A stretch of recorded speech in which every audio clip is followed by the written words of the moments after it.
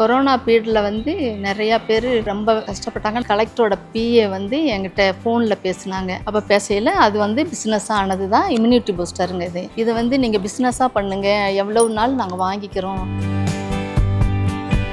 ஒரு பொண்ணு, அவங்களுக்கு 11 வருஷம் குழந்தை இல்லைங்க. அவங்க டாக்டரை பார்த்துருக்காங்க. அவங்க சொல்லியிருக்காங்க, இந்த கருப்பு கவனி அந்த மாதிரி வகைங்க இருக்குல்ல, அதில் 9 வகையான அரிசியை போட்டு கஞ்சி மிக்ஸாக குடிக்கையில் வந்து யூட்ரஸ் பலமாகும்.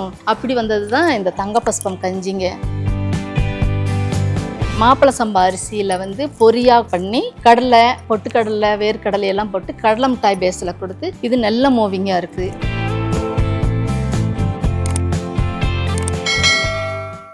அனைவருக்கும் வணக்கம். நான் ஆண்டாள் ஆழ்வார்சுவாமி. கடந்த 25 ஆண்டுகளாக ஸ்ருதி ஹெர்பல் லேபரட்டரிஸ்ன்ற ஒரு நிறுவனத்தை நடத்திட்டு இருக்கேன். 25வது வருஷம் சில்வர் ஜூப்ளி செலிப்ரேட் பண்ணிகிட்டு இருக்கோம். இதில் தொழில் முனைவோர்களை அறிமுகப்படுத்திகிட்டு இருக்கோம். இன்றைக்கி 7வது பேட்ச். இன்றைக்கி யார் வந்து பேச போகிறாங்கன்னா, ரஜினி வந்து பேச போகிறாங்க. அவங்க பேர் சொல்லும்போது நான் கேட்டேன், ரஜினியா ரஜினியான்னு கேட்டேன். அவங்க சொன்னாங்க ரஜினி, ஆனால் எல்லோரும் என்ன ரஜினி ஆக்கிட்டாங்கன்னு. பரவாயில்ல, நம்மளும் சூப்பர் ஸ்டாராகவே நினச்சிக்கலாம். அவங்க பார்த்தீங்கன்னா கருப்பு கொள்ளில் அவல் பண்ணியிருக்காங்க. ரொம்ப வித்தியாசமாக இருந்தது எனக்கு. நான் இன்றைக்கி தான் அதை பார்க்குறேன். அவங்க பிஸ்னஸை வந்து பேசுவாங்க, நம்ம கேட்போம். வணக்கம், என் பேர் ரஜினி விவேகானந்தன். நான் தேனியிலிருந்து வரேங்க. அமுத சுரபின்னு என்னோடய கம்பெனி பேர். கொரோனா பீரியடில் வந்து நிறையா பேர் கொரோனாவுக்காக ரொம்ப கஷ்டப்பட்டாங்க. நாங்கள் கல்பாக்கத்தில் இருந்தோம். எங்கள் ஹஸ்பண்ட் வந்து கல்பாக்கத்தில் ஒர்க் பண்ணாங்க. நாங்கள் ரிட்டையர்ட் ஆகிட்டு 2019 தேனிக்கு வந்துட்டோங்க. அப்போ இருந்து நான் யோகா கிளாஸ் எல்லாம் எடுப்பேன். யோகா கிளாஸ் எடுக்கையில் சைல்டுக்கு எடுக்கையிலெல்லாம் வந்து நான் சத்து மாவு எல்லாம் முளைக்கட்டி அந்த மாதிரி சத்து மாவெல்லாம் நான் நிறையா கொடுப்பேன் பிள்ளைங்களுக்கு. சும்மாவே அப்படி கொடுத்துட்ருக்கையில் நாங்கள் ரிட்டையர்ட் ஆகிட்டு ஒரு இடத்துல 2020 ஜனவரி பிப்ரவரியில் வந்து இங்கே வந்தாட்டு. நாங்கள் வந்த டயத்தில் கரெக்டாக கொரோனா பீரியடுங்க. அப்போ கொரோனா பீரியட் வரையில் என்ன பண்ணுறது, நான் யோகாவில் வந்து எங்கள் குருஜி வந்து இம்யூனிட்டி பூஸ்டர்னு சொல்லி எல்லாருக்கும் கொடுங்கன்னு சொல்லி ஒரு மெத்தேடு சொல்லி கொடுத்தாங்க. அந்த மெத்தேடு வந்து ஒரு 5000 பேருக்கு நான் ஃப்ரீயாகவே கொடுத்தேன். கொரோனா டயத்தில் போலீஸ்காரவங்க, தெருவில் இருக்கிறவங்கள யாரையும் விடுறதில்ல. ஆட்டோக்காருக்கு பணம் கொடுக்கணும் இல்லைங்களா, சும்மா கொடுக்க முடியாது. அதனால் ஒரு 8 மணிக்கு அந்த மாதிரி வருவாங்க. வந்து ஒரு பெரிய இதில் எங்கள் சர்வன்ட் மேடும் நானும் காய்ச்சி வச்சு போய் எல்லாருக்கும் ஒரு இடத்துல வச்சு கொடுக்கையில் தொடர்ந்து ஒரு 5 நாள் கொடுத்தோம். கொடுத்ததுக்கப்புறமா கலெக்டர்லேருந்து போலீஸ்காரவங்க, அந்த கவர்மெண்ட் சர்வீஸ் பண்ணுறவங்க எல்லாருமே வந்து இந்த மாதிரி எங்களுக்கு மட்டும் கொடுக்குறீங்க, என்னோடய பிள்ளைங்களுக்கும் ஃபேமிலிக்கும் சுற்றி உள்ளவங்களுக்கெல்லாம் வேணுங்க. அப்போ பார்த்திங்கன்னா திப்பிலி விலை 2000 ரூபா, 2300 ரூபா அந்த மாதிரி ஆயிடுச்சு. அப்போ அந்த கவர்மெண்ட்ஸ் ஆளுங்கள்லாம் சேர்ந்து எனக்கு வந்து ஒரு 5 கிலோ 6 கிலோ திப்பிலி வாங்கிட்டு வந்து கொடுத்தாங்க. மிஷின் கடையெல்லாம் மூடிடும்.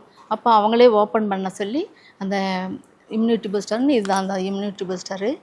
இதை வந்து நீங்கள் பிஸ்னஸாக பண்ணுங்கள், எவ்வளவு நாள் நாங்கள் வாங்கிக்கிறோம் அப்படின்னு கலெக்டரோட பிஏ வந்து என்கிட்ட ஃபோனில் பேசினாங்க. அப்போ பேசையில் அது வந்து பிஸ்னஸாக ஆனது தான் இம்யூனிட்டி பூஸ்டருங்க. அது நெக்ஸ்ட்டு ஒரு கொரோனா பீரியட் முடிஞ்சிட்டு ஒரு பொண்ணு லண்டனில் இருக்காங்களாம், காயத்ரி அந்த பொண்ணு பேர். கல்பாக்கத்தில் இருந்த ஃப்ரெண்டுக்கு அவங்க ஃப்ரெண்டு, அவங்களுக்கு 11 வருஷம் குழந்தை இல்லைங்க. குழந்தை இல்லாமல் இருக்கையில் அவங்க வந்து அவங்க டாக்டரை பார்த்துருக்காங்க லண்டனில். சைல்டு ஸ்பெஷலிஸ்ட் ஒரு சரவணன் அந்த டாக்டர் பேர். அவங்க சொல்லியிருக்காங்க, இந்த கருப்பு கவனி அந்த மாதிரி வகைங்க இருக்குல்ல, அதில் 9 வகையான அரிசியை போட்டு கஞ்சி மிக்ஸாக குடிக்கையில் வந்து யூட்ரஸ் பலமாகும். அந்த இது நீங்கள் எங்கேயாவது கிடச்சா பண்ணுங்கள், குழந்தை இல்லைங்கிறது தானே உங்களுக்கு ஒரு இது அப்படி சொல்லியிருக்காங்க. அந்த கட்டத்தில் அவங்க அப்பா இறந்து போயிட்டாங்க. அவங்க அப்பா இறந்து போன உடனே அந்த பொண்ணு இந்தியாவுக்கு வந்து அவங்க ஃப்ரெண்டு மூலியத்தில் என்னைய காண்டாக்ட் பண்ணி ஒரே அழுகை, என்னம்மானா இந்த மெத்தேடில் நீங்கள் செஞ்சு கொடுப்பீங்களா அப்படி கேட்டாங்க. அப்படி வந்தது தான் இந்த தங்கபஸ்பம் கஞ்சிங்க. முதல்ல அந்த பொண்ணுக்கு நான் கொடுக்கையில் வந்து பிளேனாக தான் வந்து வறுத்து அரைச்சி அந்த மாதிரி கொடுத்தேன். இப்போ வந்து இஞ்சி, பூண்டு, தக்காளி, சீரகம் இதெல்லாம் போட்டு ஒரு கஞ்சி மிக்ஸாக கொடுத்தேன். அப்போது இது என்னோடய ப்ராடக்ட்ஸ் வந்து அந்த பொண்ணு தான் பையன் பிறந்துருச்சு. அந்த பொண்ணு ட்ரீட்மெண்ட்டில் வந்து பிறந்துச்சா, இதை குடித்ததுனால பிறந்துச்சான்னு நம்மளுக்கு அது தெரியாதுங்க. ஆனால் அந்த பொண்ணு அந்த இதை வந்து ஒரு 11 மாதத்துலேருந்து 18 மாதம் கன்யூஸாக குடித்து கன்சீவ் ஆகிட்டாங்க. பிறந்து ஹாஸ்பிட்டலில் இருக்கையிலே, அக்கா இதுக்கு வந்து தங்கபஸ்பம்னு கஞ்சி மிக்ஸ் அப்படின்னு வைங்க அப்படின்னு சொன்னது தான் இது உருவானதுங்க, தங்கபஸ்பம் கஞ்சி. அது உணர்ந்த திராட்சை. இது வந்து எப்படின்னா கேன்சர் பேஷண்ட்டுக்கெல்லாம் இந்த சீடு கிடைக்கலன்னு சொல்லி நிறையா இது பண்ணாங்க.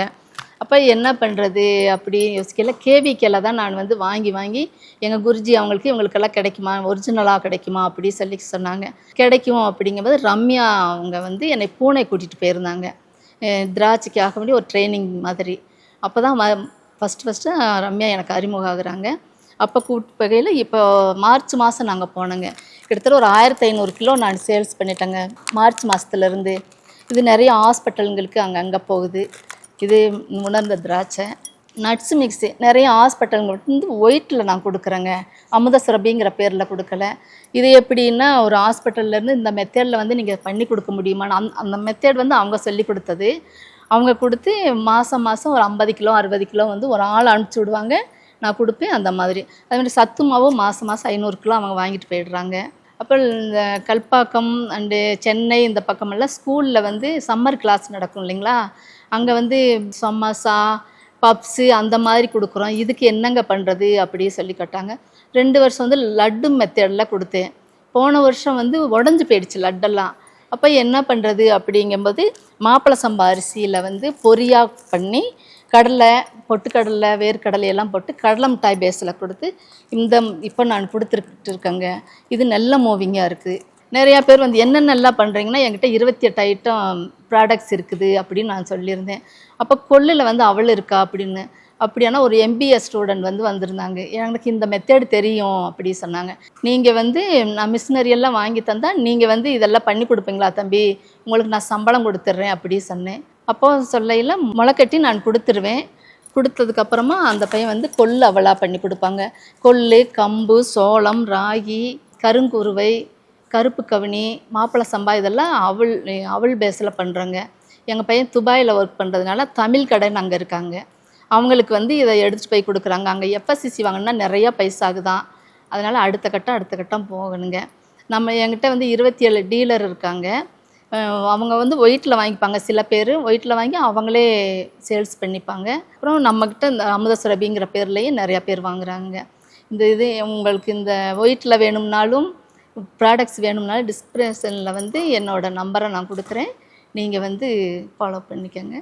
இந்த ஆப்பர்ச்சுனிட்டி கொடுத்ததுக்கு ஸ்ருதி ஹெல்ப்புக்கு ரொம்ப நன்றிங்க. தேங்க்யூ. மிக சிறப்பாக பேசுனாங்க. அவங்க சொன்ன ஒரு விஷயம் என்னன்னு பார்த்தீங்கன்னா, எனக்கு ரொம்ப கனெக்ட் ஆனது கருப்பு கொள்ளு அவல். அது முதல்ல சொன்ன மாதிரி சிறுதானியத்துலலாம் வந்து நிறையா இது பார்த்துருக்கேன். கருப்பு கொள்ளுல அவல் பண்ணியிருக்காங்க. அப்புறம் 2வது இவங்க வந்து என்ன சொல்கிறாங்கன்னா, இதை காமிச்சு சொன்னாங்க இல்லையா, ஒயிட்டில் பண்ணுறேன்னு. ஒயிட் லேபிளிங்கில் பண்ணி தர்றாங்க. அதாவது நீங்கள் உங்கள் பிராண்டில் பண்ணணுமா இருந்தால் இவங்களை தொடர்பு கொண்டா உங்களுக்கு உங்கள் பிராண்டில் இவங்க வந்து இந்த ப்ராடக்டை பண்ணி உங்கள் பிராண்ட் நேம் போட்டு லேபிள் போட்டு கொடுத்துருவாங்க. அதை தான் நம்ம சொல்ல வந்தீங்க. கரெக்டுங்களா? நான் அப்படி தான் புரிஞ்சுக்கிட்டேன். ஆமாம், அவங்க அப்படி சொல்லியிருக்காங்க.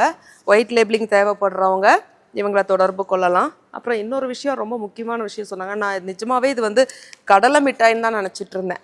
நமக்கு ஒரு கடலை மிட்டாய் இன்னைக்கு வந்துருச்சு, சாப்பிட்டு பார்த்துருவோன்னு சொல்லி நினச்சேன். இந்த மாப்பிள்ளை சம்பா அரிசியில் வந்துட்டு அதை பொரிச்சிட்டு மாப்பிள்ளை சம்பா பர்ஃபின்னு பண்ணியிருக்காங்க. பாருங்கள் எவ்வளோ இன்னோவேட்டிவாக பண்ணிகிட்டு இருக்காங்கன்னு.